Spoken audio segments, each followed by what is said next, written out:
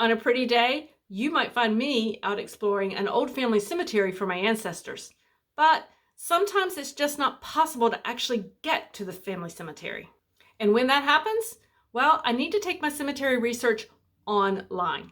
And in this video, I'm going to show you how to be successful in researching your ancestors in the cemetery online. Hey guys, welcome back to my channel. And if you are new here, I am Lisa, genealogy researcher and author, whose YouTube channel here is to help you find your ancestors, grow your family tree, and not get overwhelmed in the process. So if that sounds like something you're interested in, you're in the right place. When you're researching your ancestors in the cemetery and you're taking it online, one of the first places that you are probably going to go is Find a Grave. It's one of the best known cemetery research sites online that genealogists use.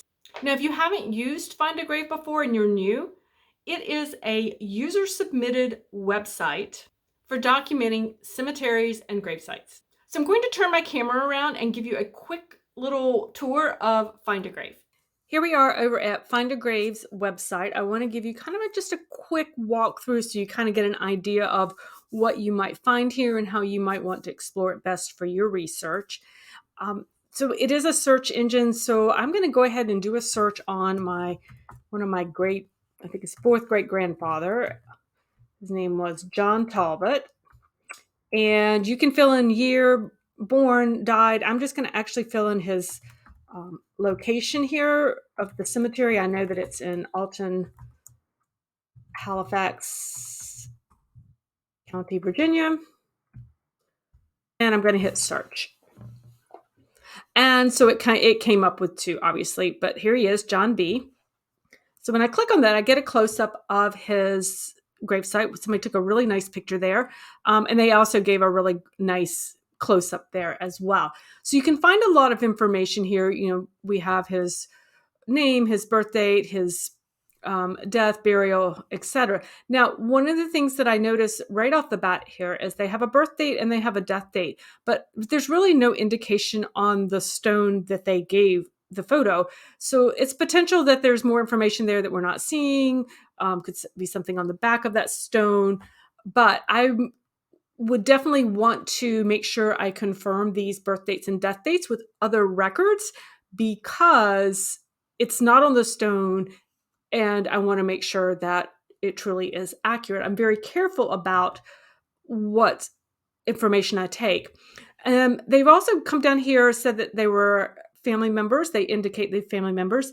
And this is another thing that I would make note of and make a clue, but I would not take most genealogy information I find on Find a Grave is actually unsourced. And so while I might use it for a clue, I always confirm it with something else before I actually take it for indeed fact. Now, I have done my research. I do know that these are two of his children. So, but that's something you have to be a little careful for. Once I've been here, a lot of what I want to do then is I actually want to think about, let's check out what else is at that cemetery or who else is at that cemetery. When I click through, I get the address, which is fabulous. So if I want to go and visit myself, I can. I notice that there are 300 graves that have been documented and that this particular cemetery is only 80% photographed. So maybe we know that one of our ancestors is there, but we don't see it. Well, it could just be simply because, there's still a percentage that has not been photographed. So that's something to keep in mind. You might not be missing something. You can search by name here, certainly. But if we click on here, I like to click on the memorials. And what I will do is actually kind of just scroll through to see if I recognize any of these other surnames that might potentially have bearing on my research. I know when I search through here, I see names that I do see in my family research. So this is something I'm trying to just kind of get a sense of that cemetery. Now, if I want to see if there are any other Talbot ancestors here, then I can simply search for that surname Talbot within Harmony United Methodist Church's cemetery, and I find 9 matching records, one of them being my fourth great grandfather, but we can see all these others who are Talbots who have been listed. And then I can proceed with my research. So it's a way to find collateral ancestors as well. So there you have, that is Find a Grave. It's findagrave.com, and I'd encourage you to explore it for your research and see who you might find there as well. So now that you're a little more familiar with Find a Grave, let me share with you about another website that you will find helpful in your genealogy research. It's actually a website/phone app, and that is Billion Graves. Billion Graves is very similar to Find a Grave in that it is user submitted information. One of the biggest differences that you'll find is that the grave sites on Billion Graves actually have a GPS location attached to them. This means you can use your phone's GPS to help you find that grave site. And when you are in a large cemetery or even out in a more rural area, that can make the difference between finding your ancestor's actual grave and not. To use Billion Graves, the first thing you're going to do is download the Billion Graves app. Then click Find Headstones to look for a specific grave site that you might be searching for. But if you're more interested in finding maybe an actual cemetery, the cemetery itself, you can click Find Cemeteries. You'll then be taken to a map where you can explore the general area and see what cemeteries have been recorded. Billion Graves is free to use. If you register for a free user account, then you are able to access certain features of the app. And you have the option of upgrading to Billion Graves Plus, which allows you access to more features and is also ad-free. If you get a thrill out of genealogy research in the cemetery like I do, be sure and hit that subscribe button and you will be notified when I upload new videos here on the Are You My Cousin YouTube channel. Cemetery Census is another lesser known website that I like to use, and it is another free user submitted site for cemetery listing. The information here is provided by volunteers who have performed these cemetery surveys and uploaded the information to the website. Again, I'm going to turn my camera around and give you a really quick tour of cemeterycensus.com. Here we are over on the website for cemeterycensus.com, and this is a smaller genealogy website that has cemetery surveys that people have done. And they are so here is cemetery census that I was. So we are over on the cemeterycensus.com's website, and they are a much smaller site in comparison to a Find a Grave, Billion Graves. But these are the states that they actually have cemetery surveys for. And you can see it is fairly limited, but that's okay. If it's a state that you're researching in, you absolutely want to check. So let's go into North Carolina. And you can see, so North Carolina has 100 counties, and you can see it varies quite a bit by the number of cemeteries that you might find that have been surveyed for that particular county. And we're going to actually click into Cabarrus County here. And this is a really good example. So what we see here are the cemetery surveys. Here's one for Carolina Memorial Park. It is a survey only, but they have directions. You can click to get directions with the map, and then you can search it down here. We know who did the surveys, and so that's very helpful. And we can search down. And again, they're alphabetized. You can see who birth dates, death dates, whatever's been transcribed off of that stone is here. Sometimes you get a little extra information. For instance, right here, we have a little bit extra information on this gentleman. So sometimes that's all you'll get. But other times, if you go back, you can see if there are photographs that were taken, they will give you photographs. They'll indicate that, and you can click through to that. So here's McClure Cemetery, obviously a much older cemetery.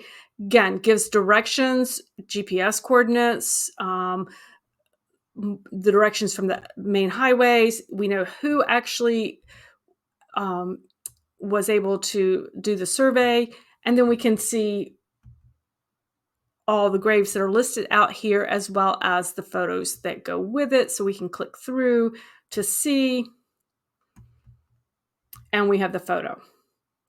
So this is a great resource. It is much smaller, but if you find your ancestor, that's really all you need, right? Now, one of the interesting things here, just a note, is that any photograph that you find here, it is copyrighted by cemeterycensus.com. So you cannot just take that and go. If you are interested in getting a photograph, then I would reach out to the person who actually took the photograph. You can reach out to them here and get permission to use it.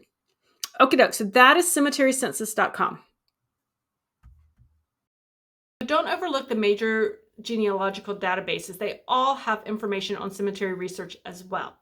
First up, In those family trees, you might find information that others have attached to the tree. You might find photographs of ancestors' tombstone. Now, again, always remember when you are looking at someone else's family tree, you want to make sure that you verify any information. The other thing to do when you are on those major genealogy databases like Ancestry would be to go to their catalog and search for cemetery records.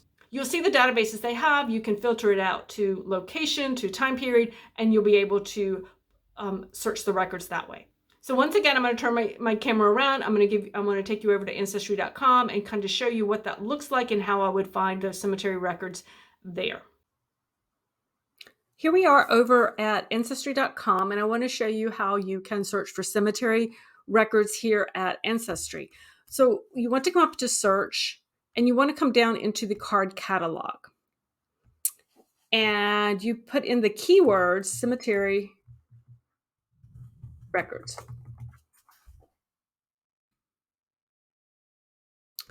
Okay, so we get over 2,700 versions. I'm going to keep this simpler. I'm going to filter it down. So you can filter by location, as you can see. I'm just going to go ahead and choose the US.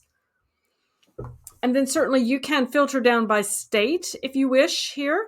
But let's just take a look at what you get, what types of records. You will find a lot of death records showing up, and that's perfectly okay. You may be using those as well.